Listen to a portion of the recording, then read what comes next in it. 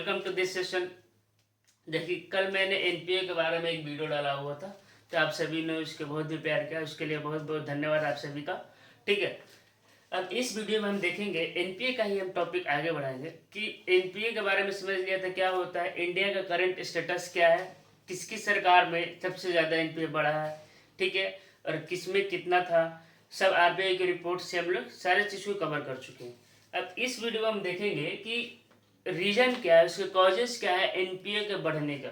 ठीक है, तो हम जैसे जानते हैं कि बैंक का मेन फंक्शन क्या है कि पैसे को एक्सेप्ट करता है डिपॉजिट्स को और उसको लेंड करता है लोगों को जिसको ये जरूरत होता है। ठीक है, बैंक का फंक्शन तो यही है। ठीक है, तो इसी के बीच में जो है जो लोन्स होते हैं, कभी कभार उनका जो इंटरेस्ट अमाउंट है या पेमेंट जो प्रिंसिपल अमाउंट है वो लोग पेमेंट नहीं करते हैं। ठीक है, वही हमारा एनपी हो जाता है, जो 90 दिनों तक का 90 दिन के अंदर जो कुछ भी प्रिंसिपल अमाउंट या इंटरेस्ट नहीं पे होता है वो हमारा एनपी हो जाता है। तो इसमें देखेंगे कि कॉजेज क्या है, दो तरीके के कॉजेज है, एक इंटरनल कॉजेज फैक्टर है, एक एक्सटर्नल कॉजेज है। ठीक है, तो हम एक एक करके समझते हैं कि इंटरनल फैक्टर क्या होता है और एक्सटर्नल फैक्टर क्या होता है। ठीक है, इंटरनल फैक्टर जो है मैक्सिमम ये बैंक के रिलेटेड है।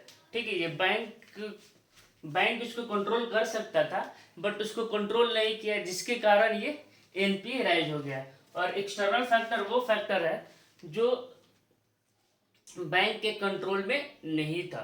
ठीक है, तो एक्सटर्नल इंटरनल फैक्टर में देखते हैं कि सबसे पहले होता है डिफेक्टिव लेंडिंग प्रोसेस। देखिए, जो 2007 से 2008 का जो ईयर था वो ग्रेट रिसेशन का ईयर था, जो फाइनेंशियल क्राइसिस का ईयर था।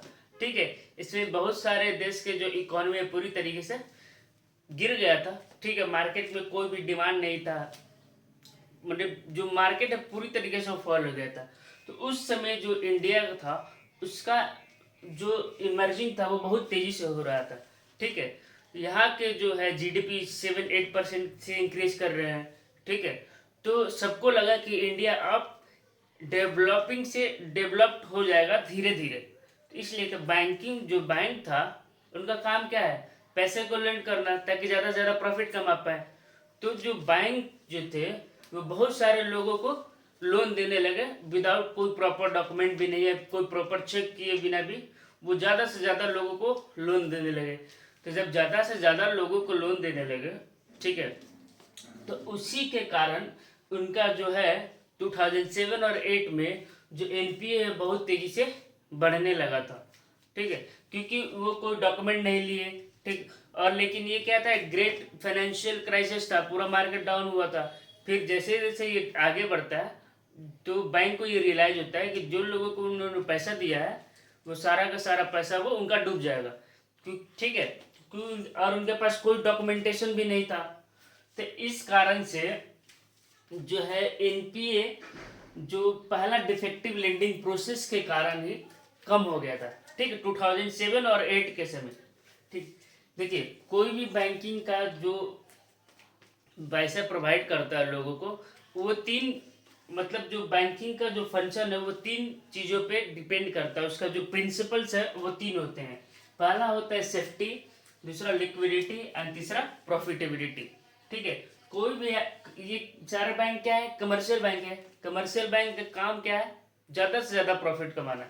तो ज़्यादा से ज़्यादा प्रॉफिट कमाने के चक्कर में इन्होंने जो इकोनॉमिक मेल्टडाउन था, जो फाइनेंशियल क्राइसिस था, उसको अच्छे तरीके से एनालाइज नहीं किया और लोगों को और उनको लगा कि इंडिया का जो इकोनॉमी है वो इमर्ज हो रहा है, राइज कर रहा है, तो वो ज़्यादा से ज़्यादा लेंडिंग देने लगे प्रॉफिटेबिलिटी कमाने के लिए। बट बाद में ऐसा हुआ कि इनका जो प्रिंसिपल अमाउंट, जो इंटरेस्ट अमाउंट, वो भी रिकवर करने में प्रॉब्लम होने लगा, जिसके कारण एनपीए बढ़ने लगा। लिक्विड सेफ्टी का मतलब क्या है कि ऐसी जगह में पैसों को लेंड करे जहाँ से रिकवर इजीली हो जाए। जैसे कि अगर बैंक जो है गवर्नमेंट ऑफ इंडिया को अगर लोन देगा, ठीक है, तो अगर जियो गवर्नमेंट को लोन देगा तो वो क्या होगा, वो इजीली रिकवरेबल है। ठीक है, क्योंकि वो सिक्योर है बहुत ज़्यादा। तो इन्होंने सेफ्टी का ख्याल नहीं रखा और पैसे को एकदम अंधाधुंध वो देते गए, लेंड करते गए, जिसके कारण जो है एनपीए राइज हो गया। ठीक है, और लिक्विडिटी का मतलब होता है इजीली अवेलेबल करना। कैश का फ्लो बहुत ही ज़्यादा हो गया था इकोनॉमी में। ठीक है, ज़्यादा से ज़्यादा लेंड करने लगे तो लिक्विडिटी भी बहुत ज़्यादा बढ़ गया था। लिक्विडिटी का मतलब राइज करना, मतलब पैसा का बहुत ही ज़्यादा इकोनॉमी में फ्लो करना। ठीक है, तो जिसके कारण से जो है हमारा पहला डिफेक्टिव लेंडिंग प्रोसेस के कारण हमारा एनपीए जो है वो इंक्रीज हो गया। अब दूसरा समझते हैं कि inappropriate technology based and improper SWOT analysis, स्वॉट एनालिसिस। ठीक है, आपने बहुत बार स्वॉट एनालिसिस के बारे में जब मार्केटिंग में पढ़ते हैं तो मार्केट को एनालाइज करने के लिए हम इसको यूज करते हैं। ठीक है, बट यहाँ पे इसका जो कंटेस्ट है वो बैंक के साथ है। देखिए, जब in appropriate technology base, in appropriate मतलब कि जो बैंक के पास जो चीज़ डेटा होना चाहिए, ठीक है, जो जैसे कोई भी लोन प्रोसेस में बहुत सारा डॉक्यूमेंट का जरूरत होता है। ठीक है, तो बैंक जो है बिना कोई प्रॉपर डॉक्यूमेंट देखे हुए ब्राइब के थ्रू उन्होंने लोन ज़्यादा से ज़्यादा दिए, घूस लेकर, और जो बोरोवर्स से उनको लोन दे दिया। इसके कारण भी हमारा जो है एनपीए इंक्रीज होने लगा। तो पहला इसमें इन अप्रोप्रिएट टेक्नोलॉजी बेस में था inadequate management information system, inadequate market drive decision system, और थर्ड है डेटा इंफॉर्मेशन सिस्टम।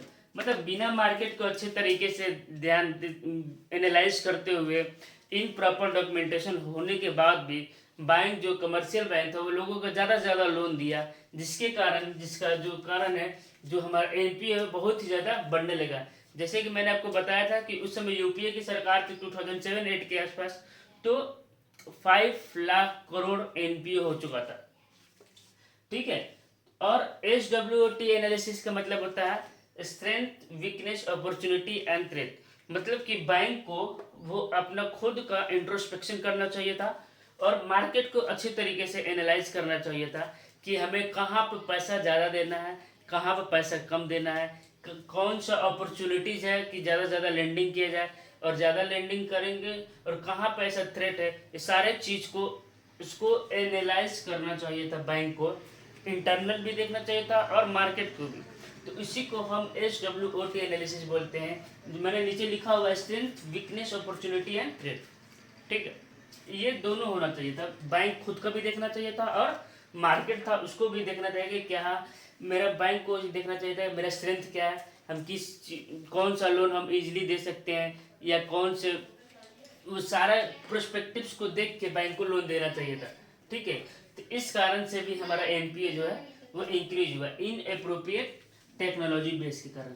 तीसरा, absence of regular follow up by loan bank. देखिए, फॉलोअप का मतलब होता है किसी चीज़ को पीछा करना।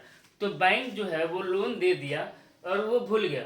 ठीक है, वो बैंक लोन दे के और जिसको बोरोवर को दिया था उसको फॉलोअप नहीं किया कि वो कहाँ है, वो मतलब कब तक पेमेंट आएगा, इसके बारे में जो बैंक है वो फॉलोअप नहीं किया, जिसका नतीजा ये हुआ कि हमारा एनपीए जो है वो इंक्रीज कर गया। ठीक है, और चौथा है incomplete and fault documentation. Incomplete मतलब जो document at the time of loan जो ज़रूरत पड़ता है वो बैंक ने वो सही तरीके से डॉक्यूमेंटेशन नहीं लिया, जिसका नतीजा ये हुआ कि एनपीए बहुत तेज़ी से राइज करने लगा। इसमें सबसे बड़ा अगर किसी का रोल होता है तो वो तो ब्रांच मैनेजर को होता है, क्योंकि सारे का सारा जो लोन का जो काम होता है वो मैक्सिमम ब्रांच मैनेजर ही करता है। ठीक है, ब्रांच मैनेजर के ही रिकमेंडेशन पे होता है। ठीक है, तो उस समय ब्राइब बहुत सारे लोग घुस लिए और लोन दे दिए, इजीली अवेलेबल करा दिए और बिना कोई प्रॉपर डॉक्यूमेंट होते हुए भी, जिसके कारण जो हमारा एनपीए है वो इंक्रीज कर गया। ठीक है, तो ये जो है चार जो है वो इंटरनल फैक्टर है। ठीक है, अब कमिंग टू द नेक्स्ट हम देखते हैं कि एक्सटर्नल फैक्टर्स क्या है जिसके थ्रू एनपीए इंक्रीज हुआ और जिसपे बैंक का कोई कंट्रोल नहीं था। तो एक्सटर्नल फैक्टर भी हम चार देखेंगे क्या होता है। पहला, विलफुल डिफॉल्टर।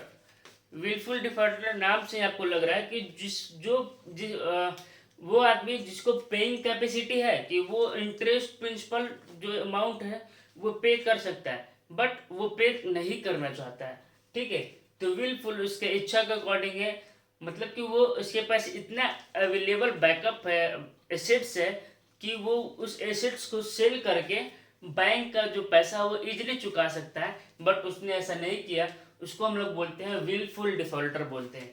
ठीक है, तो जैसे कि आप सभी ने एक फेमस किंगफिशर एयरलाइंस के बारे में सुना होगा, जो विजय माल्या का था।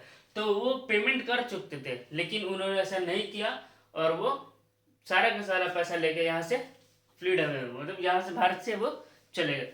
ठीक है, तो वो जो है विलफुल डिफॉल्टर का केस होता है। दूसरा, नेचुरल क्लैमिटी, ये नॉर्मल है, ये इस पर किसी का कंट्रोल नहीं है। जैसे अभी जो है पेंडेमिक आ गया, कोरोना का काल चल रहा है, तो कोरोना जो है उसको हम कंट्रोल नहीं कर सकते हैं, वो इन कंट्रोलेबल है, तो वो पेंडेमिक है। ठीक है, इस पेंडेमिक के कारण भी जो है हमारा एनपीए बढ़ रहा है। लोगों का कुछ चारों तरफ आप देख ही रहे, लॉकडाउन है, कोई बिजनेस नहीं चल रहा है, जो लोन लिया होगा वो लोग कैसे पेमेंट करेगा।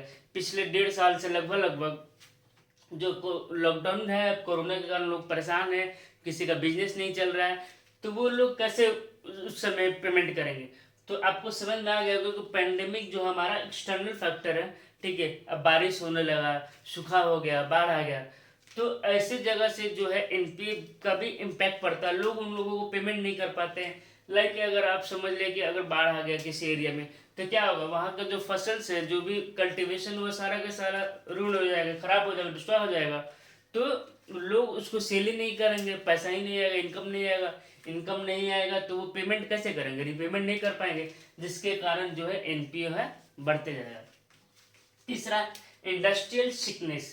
ठीक है, कि जैसे कि जो भी पीएसयूज है, जो गवर्नमेंट के अंदर जो पब्लिक सेक्टर अंडरटेकिंग है, जैसे कोल इंडिया हो गया, ठीक है, ओएनजीसी हो गया, ये सारा का सारा जो है वो पीएसयू के अंदर आता है। तो अगर वो लॉस में चल रहे हैं और जो बैंक है उनको लोन दिया हुआ है, तो वो क्या होगा, रिकवर करने में उनमें टाइम लगेगा, जिसके कारण जो है वो हमारा एनपीए इंक्रीज कर जाएगा। ठीक है, और दूसरा है लॉस रिकवरी रेट, मतलब कि जो रिकवरी जिस रेट से होना चाहिए उस रेट से जो लोन है का जो अमाउंट है वो नहीं मिल रहा है, जिसके कारण भी जो है एनपी हमारा इंक्रीज कर जाएगा। अब फोर्थ है लैक ऑफ डिमांड। अगर इकोनॉमी में डिमांड ना, जैसे रिसेशन के समय क्या हुआ, ग्रेट फाइनेंशियल क्राइसिस आ गया, मार्केट में फ्लो ही नहीं है। ठीक है, मार्केट पूरी तरीके से डाउन है, ग्लोबल मेल्ट डाउन है। ठीक है, उस समय क्या हुआ, डिमांड भी घटा हुआ है। अगर डिमांड घटेगा, ठीक है, डिमांड अगर घटेगा तो सप्लाई भी डिक्रीज हो जाएगा, क्योंकि डायरेक्टली प्रोपोर्शनेट है कि जितना डिमांड होता है लोग उतना ही सप्लाई करते हैं। ठीक है, सप्लाई घटेगा तो क्या होगा, प्रोडक्शन घटेगा।